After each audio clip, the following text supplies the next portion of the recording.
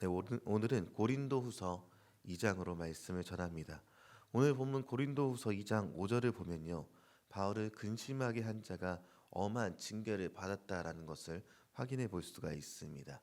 그리고 그 근심하게 한 자는 아마 고린도 전서 5장에 나타난 음행하는 자일 것이다라고 학자들은 이야기합니다. 고린도전서 5장 1절에서 5절을 보면 아버지의 아내를 취한 자에 대한 이야기를 기록하고 있고, 바울은 그를 치리에서 쫓아내야 한다고 강력하게 말했었습니다. 이런 자는 사탄에게 내주었다는 말을 하면서 아주 강력한 비판을 했던 것이죠. 그는 음행했고 고린도전서 후에 기도를 통해서 아마도 하나의 편지를 더 전달을 해서 징계를 명령했을 것이고, 그리고 지금 우리가 읽는 고린도후서의 내용입니다. 그런 징계가 있은 후에 그 사람이 회개했는지 하지 않았는지 명확하게 어떠했다라고 나타나진 않지만, 오늘 본문의 뉘앙스에는 징계 후에 그가 회개하고 있는 듯한 그런 내용을 다루고 있습니다. 그리고 교회에서는 징계를 하고 나서 회개한 사람을 어떻게 하면 좋을지 고린도 교회 사람들은 몰랐고 각자 다른 의견들을 서로 내고 있었습니다. 그 이유를 생각해 보면요, 당시 고대 근동에서는 회개한 자가 공동체에 다시 받아들여지기 전에 일정 기간 근신할 것을 요구하기도 했었고, 또 로마법과 헬라법에서는 형벌이 집행되는 것이 당연했고 다시 공동체에 받아들여지지 않는 것이 당연했기 때문에 그들의 그 당시 사람들의 생각 가운데에는 이 회개하든 회개하지 않았든 쫓아내고 끝내는 것이 마땅했던 것입니다. 그래서 고린도의 그리스도인들은 회개한 자를 이제 어떻게 해야 될지 고민하고 있었던 것이죠. 그런 가운데 바울은 그가 벌받는 것이 마땅하다 이렇게 말하지만, 그러면서 동시에 사랑을 보이라라고 말을 합니다. 고린도후서 2장 7절과 8절 내용인데요. 한번 같이 읽어보도록 하겠습니다. 7절과 8절 내용입니다. 함께 읽겠습니다. 시작. 그런즉 너희는 차라리 그를 용서하고 위로할 것이니 그가 너무 많은 근심에 잠길까 두려워하노라. 그러므로 너희를 권하노니 사랑을 그들에게 나타내라. 아멘. 네, 무슨 일에든지 누구를 용서하면 바울도 그렇게 용서할 것이고, 그리고 용서는 그리스도 앞에서 한 것입니다라고 얘기를 하고 있죠. 이에 대해서 우리가 생각해 볼 수 있는 것은 징계의 목적이 무엇인가입니다. 이는 공동체의 분리를 말하는 것이 아니라 이를 넘어서서 공동체의 거룩성 회복에 그 목적이 있다는 것이죠. 징계의 목적은 거룩성의 회복인 것입니다. 구약의 여호수아서를 보면요, 여호수아와 이스라엘이 여리고성에서 큰 승리를 맛본 적이 있습니다. 이어서 아이성이라는 작은 전투에서 아주 대패하게 되는 그런 장면이 나오게 되는데요. 이유는 아간의 범죄였죠. 한 사람의 죄로 인해 이스라엘이 패배했던 내용인 것입니다. 하나님이 아간의 죄를 보면서 이스라엘이 저 꼴도 보긴 싫은 것 본때를 보여주면 하며 패배하게 해주신 것이 아니었죠. 하나님의 목적은 이스라엘이 거룩성을 회복하게 되는 것에 있었습니다. 그렇게 아간의 죄를 드러나게 하셨고, 그렇게 배제하게 하셨고, 이어서 다시 아이성 앞에서 서게 하셨던 것입니다. 마찬가지입니다.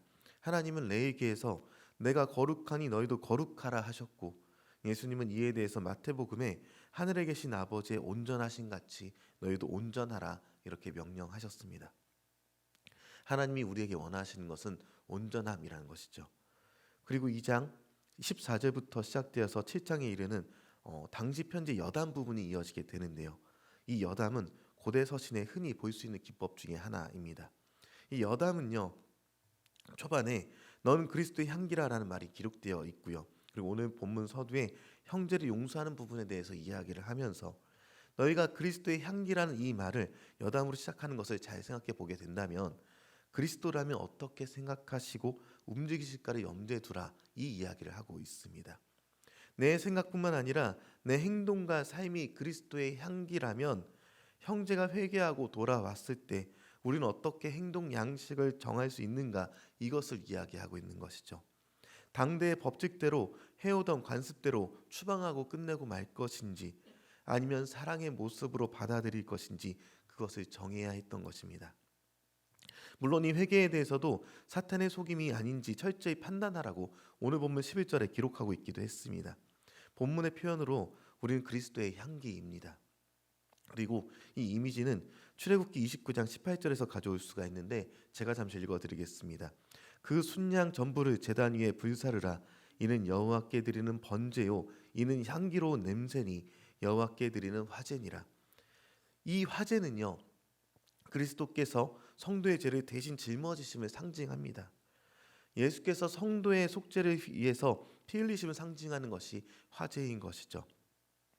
이것을 기억하면서 오늘 본문 15절 말씀을 같이 한번 읽어보도록 하겠습니다. 고린도후서 2장 15절 말씀 함께 읽겠습니다. 시작. 우리는 구원받은 자들에게나 망하는 자들에게나 하나님 앞에서 그리스도의 향기니. 예수님이 우리의 죄를 짊어지심, 피 흘리심이 자신과 상관 있는 자는요, 구원받은 자입니다. 그리고 이처럼 상관없는 자는, 이와 상관이 없는 자는 망하는 자다라고 생각해 볼 수 있는 것이죠. 이제 서두에 나온 징계와 이유, 사랑이라는 측면은요, 그리스도의 향기인 사람들이 어떻게 행동하는가, 이런 답을 내려주게 됩니다. 이제 우리들의 모습이죠. 교회 안에 있으면서 우리는 쉽게 용서할 수 없는 사람들을 만나게 됩니다. 내 마음에 들지 않는 신앙생활을 하는 사람들, 그리스도인답지 못한 삶을 살아가는 신앙인들, 오히려 예수 믿지 않는 사람보다 못한 모습으로 살아가는 사람들을 바라볼 때 왜 저렇게 하느냐고 비난만 하고 있는 것은 아닌지 돌아봐야 합니다. 우리와 상관없는 사람이 그냥 보고만 있을 것인지요. 그리스도의 보혈의 의미를 아는 우리는 그리스도의 향기입니다. 우리에게는 사랑의 권면이 있어야 합니다. 혹시 내가 다른 사람에게 다가가서 권면하게 될 때 사랑 없이 권면만 남용하게 되는 것은 아닌지 조심해야 한다는 것이죠. 오늘 본문의 말씀에서는요, 분명히 사랑이 있는 권면을 하라 하고 그 목적은 공동체의 거룩성 회복에 두고 있습니다. 우리는 그리스도 안에서 한 공동체이며 한 몸인 것을 기억하면서 사랑 있는, 서로를 참아내주고 용납해주는 그런 모습으로 나아가 권면하며 함께 거룩성 유지해 갈 수 있는 그런 모습을 가져야 합니다. 이제 오늘 분명한 사랑을 보이는 저 여러분에게 소망합니다.